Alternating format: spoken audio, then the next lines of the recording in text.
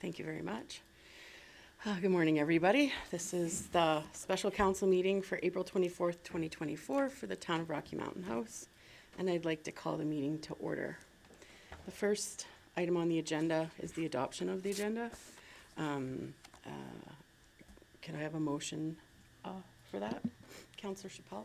I'll also move the agenda as presented. To adopt the agenda? Yes. Yeah, okay. Any questions or comments about that motion? And seeing none, I'll call that to a vote. All in favor of that motion? Any opposed? And that's carried. So moving forward in the short agenda to new business, we're going over the 2023 audited financial statements. And I'm not sure who wants to start today. Mr. Krause? No, Oh, sorry, Mr. Wade. Good morning. First, I'd like to thank Betty and the rest of the town staff who worked with us and assisted us through the audit this year. The major objectives of the audit are two. Our responsibility is to express an opinion on the town's financial statements as to whether they are fairly presented in accordance with Canadian public sector accounting standards. We conduct our audit in accordance with accounting public sector audit standards. These standards require that we comply with ethical requirements and plan and perform the audit to obtain reasonable assurance on whether these consolidated financial statements are free from material misstatement. Our statements are prepared for the following users: council and management, the provincial government, ratepayers, and other parties interested in financial statements in the area of the town. Canadian public sector audit standing also require us, the auditor, to address the audit committee, or in this case, town council, during the audit as required to give our assurance to our independence, which we did in the letter and we do now again. Outline the responsibility that rests with the council and management versus the responsibility that rests with the auditor.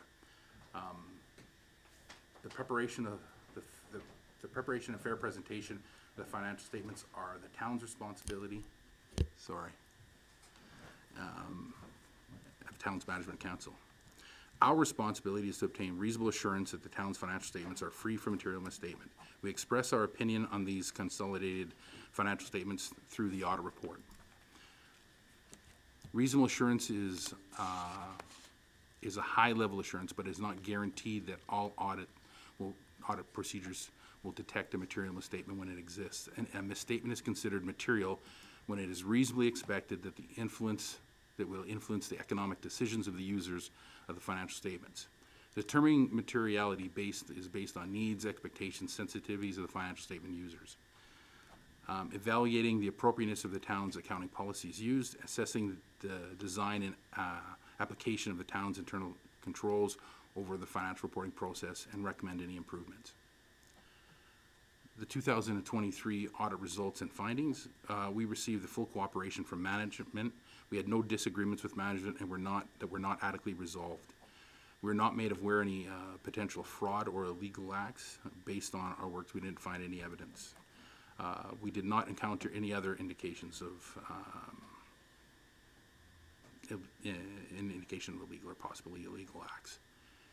We will issue a short letter to management with observations, recommendations based on how to help the town improve their systems of internal controls and other matters.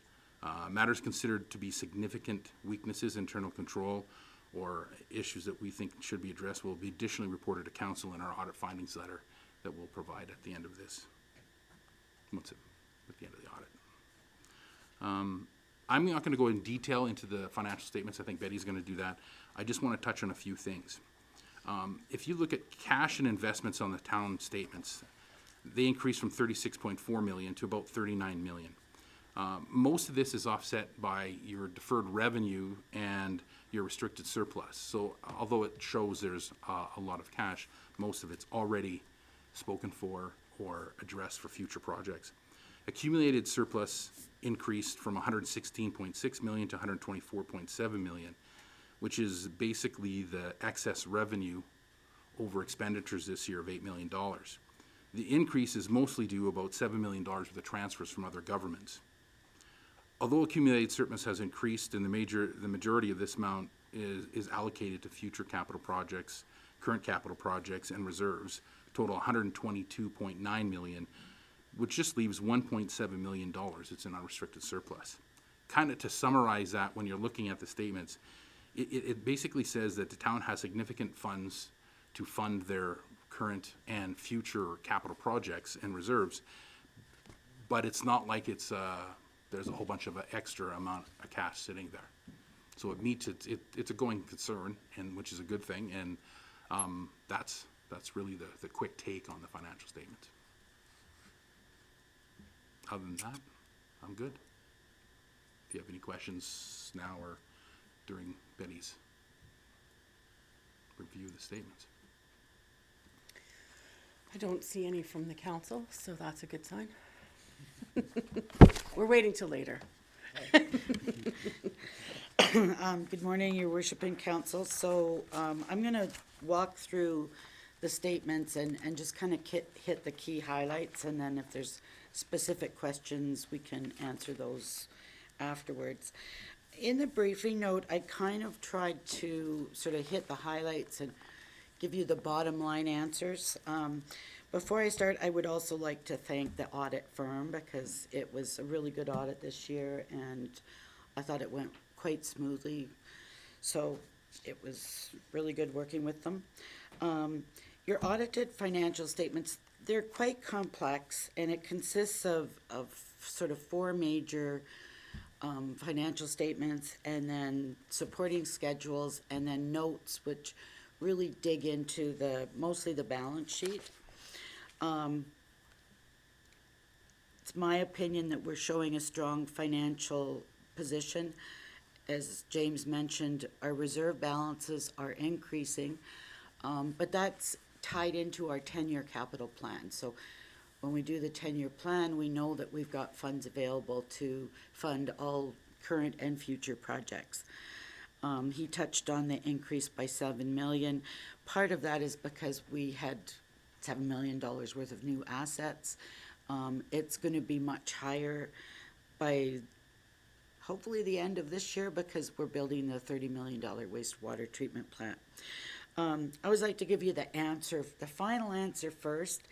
And when we take the financial statements, they're presented slightly differently than we do the budget.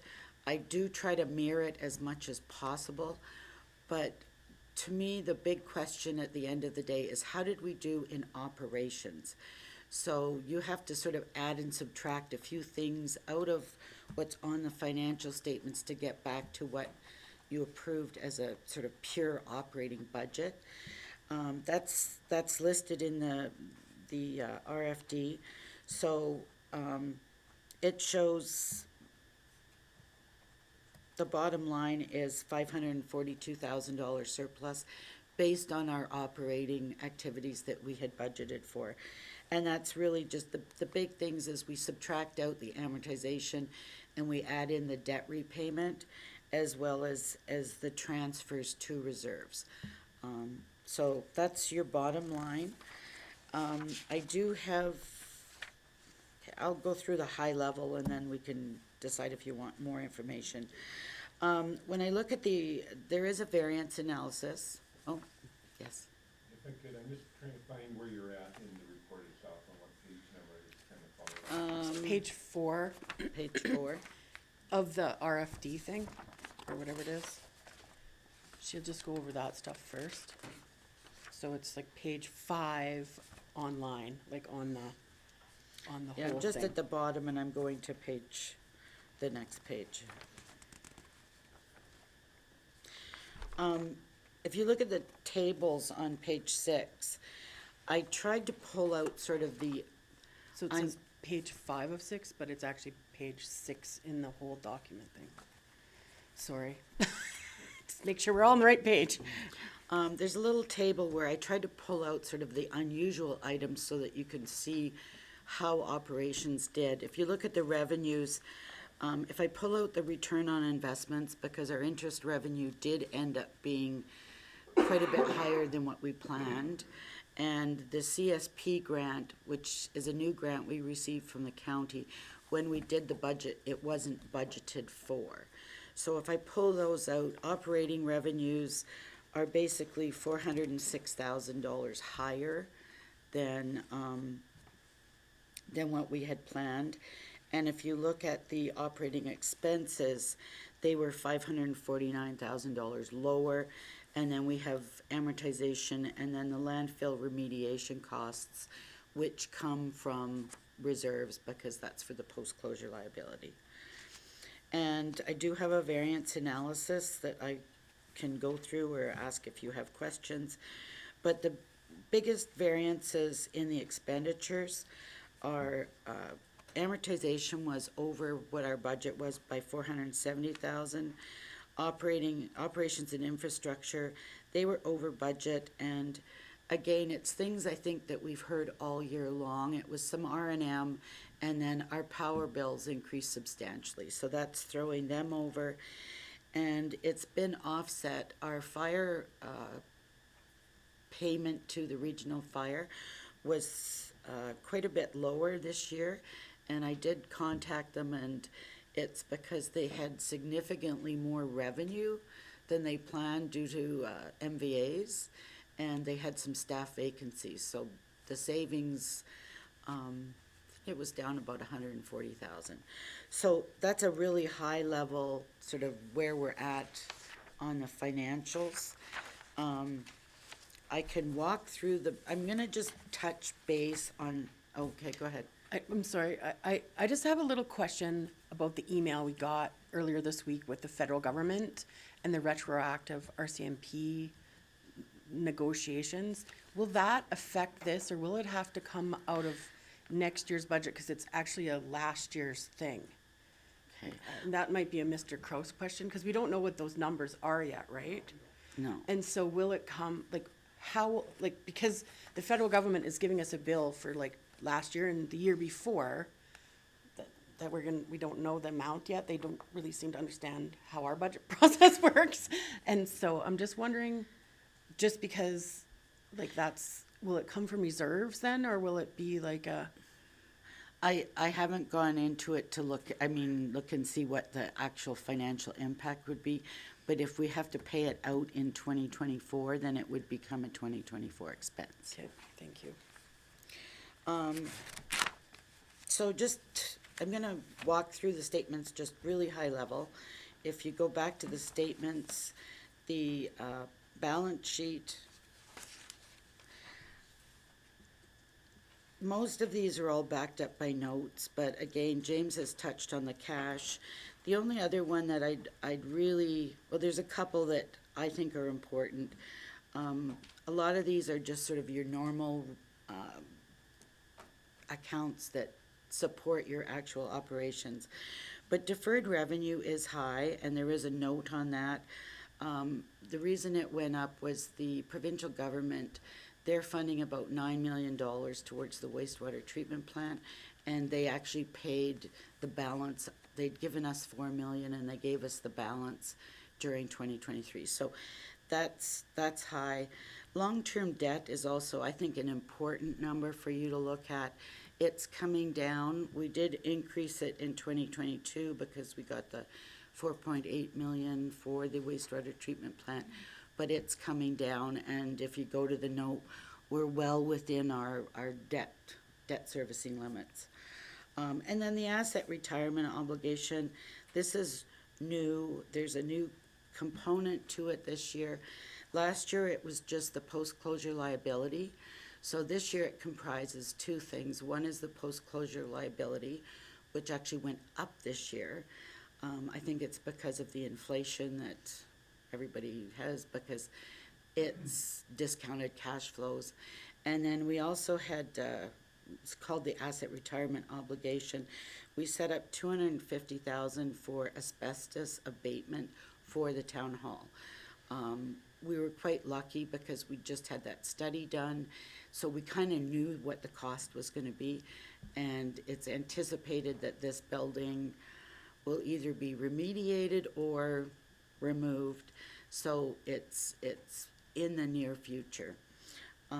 So those are really the main key points that I think are important on this statement.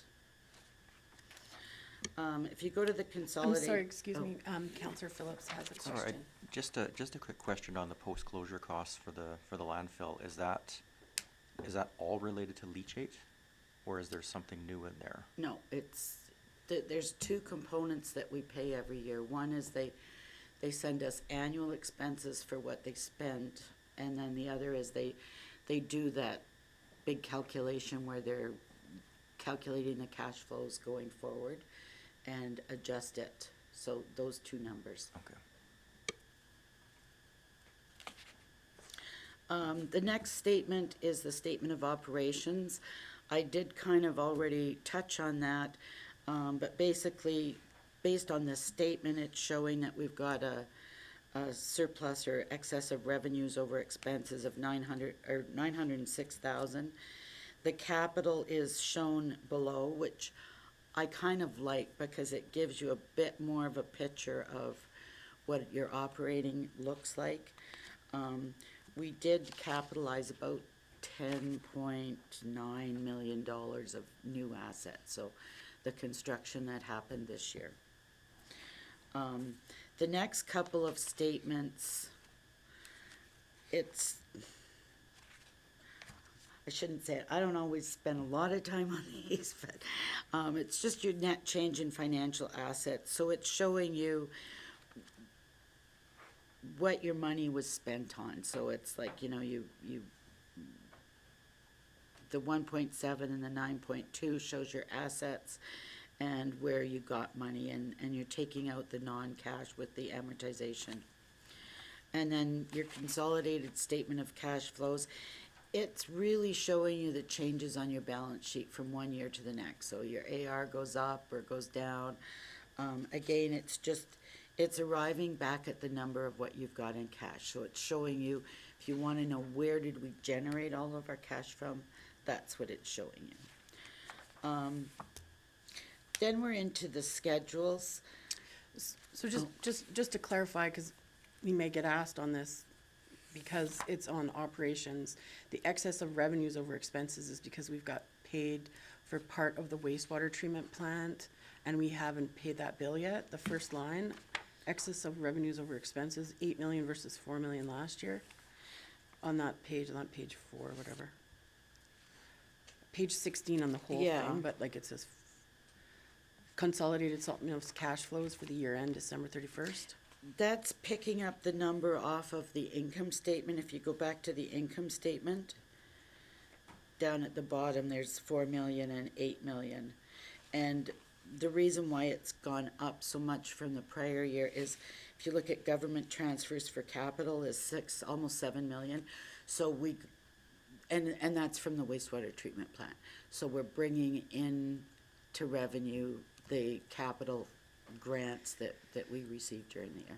I just don't want people to think that we've made No, all this extra no. money, and our tax rate is not fair, but it's just a number because of the wastewater treatment plant. Well, we're bringing in all the grants that we received that we have spent on capital projects.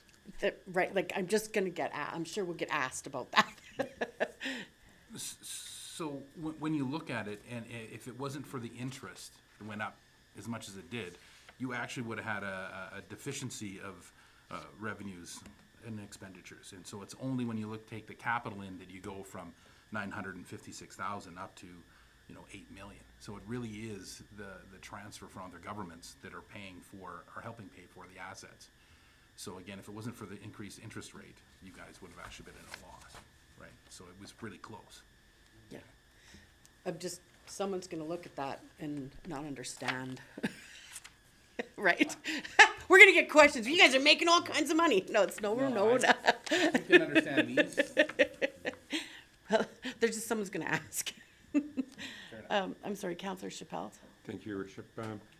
On the consolidated statement of operations, and so what I look for is the biggest variances year to year, and one of them is under protective services. There's $500,000 difference from 2022 to 2023. In a good way, it's less. So why would that protective services drop by that significant amount of money? Well, there's a couple reasons. One is in 2022, there was funds that we actually paid to the Clearwater County. We paid about $411,000 for some of their capital projects.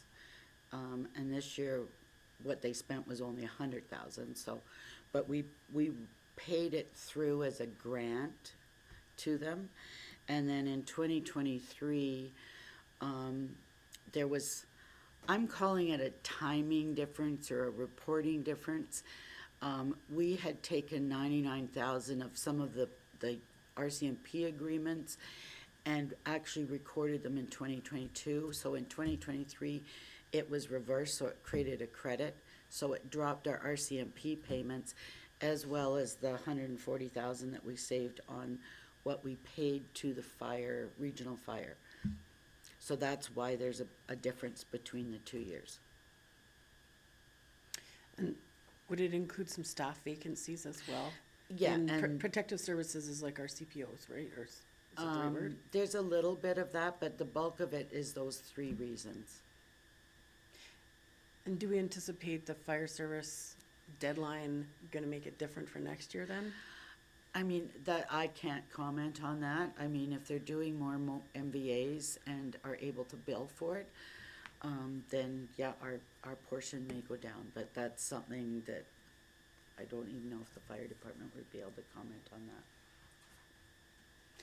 Does that satisfy your curiosity? It does. I have another question on that same page, if I could. Moving down a few lines to waste management. Our budgeted amount, what it actually was, and what it was last year. So we're up over last year, but down on our budget. I mean, there's a variance between what we budgeted and what we did by a significant amount. So I guess the question is, why did we budget so low and the number came in so high? Okay, For that year. that is because we've got the post-closure liability expenses go through that line. So, I don't even know if we can budget for them or if we could estimate them. We could try, but it would, last year we got $278,000 back. This year we paid $372,000.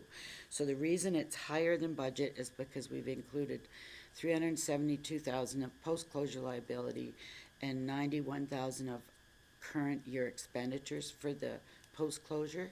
They're all funded through transfers to reserve, so they actually wash out to zero on the statements. As far as the solid waste operating expenses, we actually were under budget on the operations, and that was because we reduced the monthly fees for the eco center. So we actually had a small excess on expenses, and our revenues came in lower than what we expected. So the net effect on the solid waste was $111,000 deficit. And we're anticipating that next year we will be in the black because we've reduced the monthly fees at the eco center, and then we've registered for EPR. We're still waiting. I don't know how much we're gonna get in revenue on that, but we will be reimbursed. So this is the last year, and this was sort of a planned thing. We knew that this was moving in this direction. That answer your question? It does. It's complicated. Yeah, But it oh, does. for sure. I mean, the big thing is there's 2 big transactions that are post-closure liability. And if you pull those out, we have a deficit. Maybe the word is complex. Yeah. Complicated. Thank you very much. I don't see anything further on that page. Okay. I'm not gonna go through all of the schedules, but, if you do have an opportunity to look at them, I think they're important. The schedule of accumulated operating surplus, if you look at it, it's got really 3 columns. One is your unrestricted surplus, your restricted reserves, and your equity and tangible assets. And it's kind of your map that shows you, we start with our excess of revenue over expenses, and it shows you all the transfers between those three three areas in the financial statement. So it's showing you that, you know, we pulled 10.5 million out of the accumulated surplus, put it in the reserves, and then we, you know, took 1.946 million of reserves this year to spend on capital assets. And then you'll see the funds used for TCA of 8.9. That's your grants and different contributions that we get from the county. So those are the really two big sources for your TCA, and you know that from your budgeting, that's where they come from. So that is an important statement. The other one is, well, then you've got your schedule of TCA. It's broken out by types. I'm not gonna go through them, but I mean, it does sort of show you where we spend the majority of our money. And I'm gonna leave it at that. I also have prepared variance analysis for you, after the financial statements. I can speak to them after if you've got questions on the statements, or if you're, just wanna ask questions. There's a operating variance, as well as we gave you a list of the capital projects and what's their status are, which ones are complete. I see that Councillor Spelt has a question. Thank you, Your Worship. This is on the notes number 6, long-term receivable. And I guess, how much is it? And is it on a floating rate or a fixed rate? How does long-term receivable work? Okay. This has to do with developers, so. Yeah, so that's basically 54th Street. It's almost, well, that receivable is related to the bank demand loan before, and the receivable is, we charge them, sorry, I'm having a blank. I guess what my concern is if we've got borrowed money, are we getting back the Yes. interest rate from the Yes. developer equivalent to what we're paying at the bank? And is the bank floating or fixed? And do we have the ability to adjust for the developer floating or fixed, or how does that work? Basically, the demand loan, it's a line of credit, so we've got a line of credit, and whatever we're charged for that line of credit is added back to the receivable, up to a maximum, I think it's 2.4 million is the maximum on that loan, and it's gonna be due on September 27th, 2025. So those two float together, so the impact on us is zero, because we're not using our own money to financing it, we're using a line of credit, and we charge them for the interest. So Like- basically, we're holding a loan for somebody Yes. else, Yes. so that it doesn't show up that they have, they'll show a debt to us, but they won't have a debt at the bank. Basically. Okay. Does that make sense? Okay. Was there something else? I see you flipping pages, so I'm just, Somebody had a question, it was to do with developable land, where we have monies tied up in developable land, and I'm just trying to figure out what the land is. Oh, is that And the that's where my note is. inventory of land for sale? Yeah. We had 3 properties over in the industrial park. 2 of them were sold, so there's that one property. And I'm trying to think, I think there's one more, and I'm not sure where it is. is it the land on the north behind Spomberg's? I don't know. I'd have to check. I believe there is some there. Yeah. So we have 2 undeveloped properties basically left. Yes, number 17 is where it is. Okay. So it says the town has entered into an agreement to develop a parcel of land. The total of the project is estimated at $4 million. Land development under number 17. What page are you on? Might say at the top. For 28. Thank you. I'm pretty sure that's referring to the 54th Street project. So the total project cost was estimated at 4 million. The project is complete. We paid a portion of it because we pay whatever, like if there's oversizing or things that the town wants in that road for future development, we pay for that portion. And then they pay, that's the line of credit and the receivable that are set up. So our portion of the expenditures was 1.8 million. And that includes the railway crossing as well. And that makes sense, because it says it closes September 27th, 2025. Yeah. Jay, I have one more comment that I did not mention. You know, when we strip it down and show you what your operating surplus is, we actually were quite fortunate this year in that the interest rates have increased, so we were about $1 million over what we budgeted, as well as we didn't budget for that CSP grant. So that is really good because we actually transferred more to reserves than what we had initially planned. So that makes your capital plan that much stronger. You know, if we can, well, depends on interest rates, but if they continue to be high, then that's good because we end up being able to put more money into our reserves. When do interest rates negatively affect us? Like, we have debentures, right? So do those debentures come, like, do they have a renew date? Or are they just constantly floating at a lower rate than the bank? Well, the debenture rates, when you take out a debenture, they're set For there. the So period of the if debenture? it's- So it was nice because, I mean, the interest rates were really low, so we have some that are fairly low. But yeah, they stay in place for the whole term of the debenture. But if we were looking at future debentures, it might negatively impact us for interest rates Well, they're theoretically. starting to creep up, but yeah. I don't know if it's a negative impact, it's a cost of doing business really, but. But you're saying that right now it's a bonus that they're higher because we're getting money on Yeah. our money.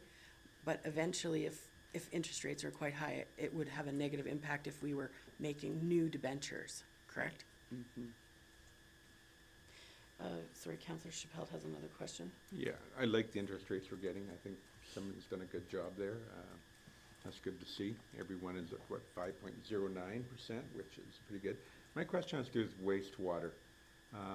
At what point are we gonna start to see more revenues from wastewater? I was anticipating we'd see it this year. This year, our increase in revenue is about 200,000. The page I'm on has no page number. It is the statement of operations, including amortization, year ending 2023. So it's the next page after the last page of the financial statement. So what we're showing here is an increase in revenue from wastewater. And the question is, we've adjusted our fees for water, sewer, and wastewater. When does that kick in? Should have it kicked in? Should have we seen I anticipated a larger increase in wastewater revenues last year, Okay. because it's only 200,000, actually. So it jumped from 1,186,000 up to 1,365,000. So this year, will there be a more significant increase in wastewater revenues and to go towards the cost of the development of the plant? And if so, what is the anticipated amount of the increase this year versus last year? So last year, we're looking at a $200,000 increase, basically. So the rate increase wasn't effective until like this year, in March. So it's not reflected in these statements. And I don't know the amount, but if you go back to the budget, it should be included in that in terms of what we would potentially see the increase being.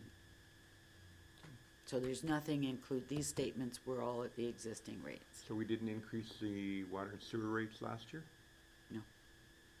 So, but we got an increase in revenue from $1.2 million basically to $1.3 million. I'm not sure what page you're on.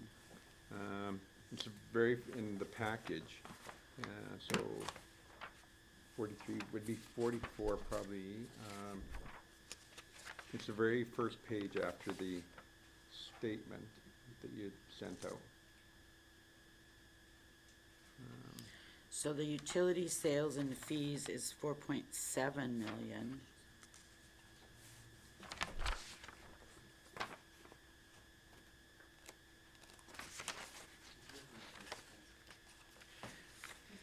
Do you mean, Are you looking at expenses as opposed to revenues?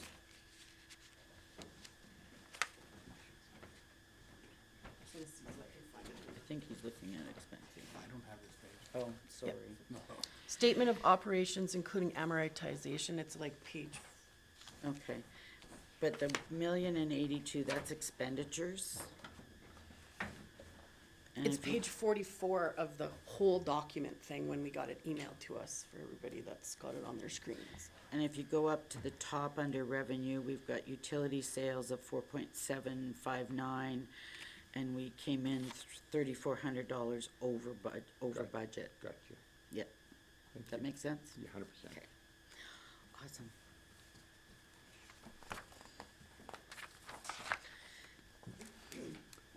So the other thing that's on here is when you get into the breakdowns of individual things, one of the ones was vehicle repair and maintenance at $45,000. So this is in the second page of the list of variance analysis. And Right. the third one, fourth one Yeah. down, operations and infrastructure. So it's on page 46 if you're following along on that email that we were sent. So basically, when I look at this, operations and infrastructure did come in over budget this year. I can't give you the specific details, but when I look down, drilled down into the accounts, vehicle repairs were over budget by 45,000, so, and I don't know if CAO Kraus knows any, but I know, so we had more breakdowns than we planned. I do know, no, the grader was this year. And then fuel was higher, we had grader repairs and line painting were slightly over budget, and the street lighting was over budget, as well as amortization was higher than what we had projected. Which all makes sense, other than this repairs one, because you're gonna pick out the anomalies, same as I pick out the anomalies. Yeah, This is an anomaly of $45,000 for repairs. It just seems like if you picked it out, it's a significant number. I guess my question is there something that we're doing in Public Works that can be corrected to change that number? I can or can't, I don't know. Your worship, so in 2023, one of the major repairs was the hydrovac went down. We had actually sent it out to get it repaired. That was early in 2023. We've replaced that hydrovac in 2023 also. So, but I mean, we can't, we had to repair it to continue operation, so that was the major one in 2023. Thank you. So I think maybe his next question might be for 2024 budgeting, we've replaced that piece of equipment, so we don't foresee that same expenditure, and so it should be resolved. That's correct. Does that satisfy your curiosity? Okay. Doesn't look like anybody else has any questions right now. Was there more that you wanted to? no, Okay. if that's, so basically, that's your presentation, is we've prepared the audited financial statements. I think they really reflect our operating activity last year, giving you a variance analysis. The one thing I did see, like compared to budget, is everything is really close. I mean, we've got a couple of anomalies where there's, but you can really pinpoint them. But there's, the variances were all relatively small between the major divisions. And I've given you a variance analysis, so yeah, that's your financial statements. Thank you so much. I do see that Councillor Chappelle has another question. He's our numbers guy. Thank you, What Rich. can we say? I'm- You're our I'm numbers not- guy. Yeah, so about the fifth last page from the end, which it talks about transportation, projects that are in different stages of completion. Right. And one of the things I don't see on here, at least I don't think I see on here, is the industrial area, the street that last year we were gonna put the slurry finish on and then it got taken off and it's in a different situation now. So when it talks about transportation, and some projects are 100% done, there's a couple on here at 21% done, but I do not see the industrial area even listed on here. So I guess the question is, if it was budgeted for in last year's budget, because it was gonna get done last year, should it not be on this page? I'm not sure it is or isn't, and maybe it's hidden under one of these. I would have to go back to the budget and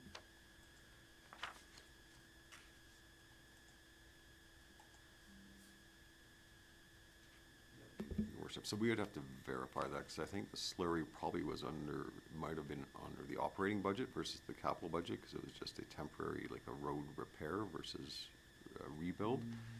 But we'll have to verify that, so, but So then we'll check that. that would have put us as a credit into operations by that much. That should have been pinpointed out in the variance then, right? Yeah, Well- no, you're correct, so, if they budgeted for it in the operating budget, then it would be fine. So But if they didn't use it, it should give us a credit for this year, cause they're gonna have to do it this year. And so it should show up, right? Yeah, we don't carry the credits forward, everything rolls into the surplus, and then if they didn't do it, they would budget for it. But I know I was looking, and there are 3 projects on the books for future years for the industrial area. I think it's a total of about 1.4 million in 25 and 26 for looking at the roads in the industrial area. So it just stayed in operations, but it got spent on something else, because otherwise we'd have a credit, right? Yeah, but I think what Mr. Crow's saying is, was it operations, in the operations budget versus the capital budget, and I think that could be why. But if it's in the I don't know. operations, it just got spent on something else, or else we would have a credit in that department of that value. no, I think I'm looking at project 3231. 3231? Yeah, which is the 49th up to 47th. Mm-hmm.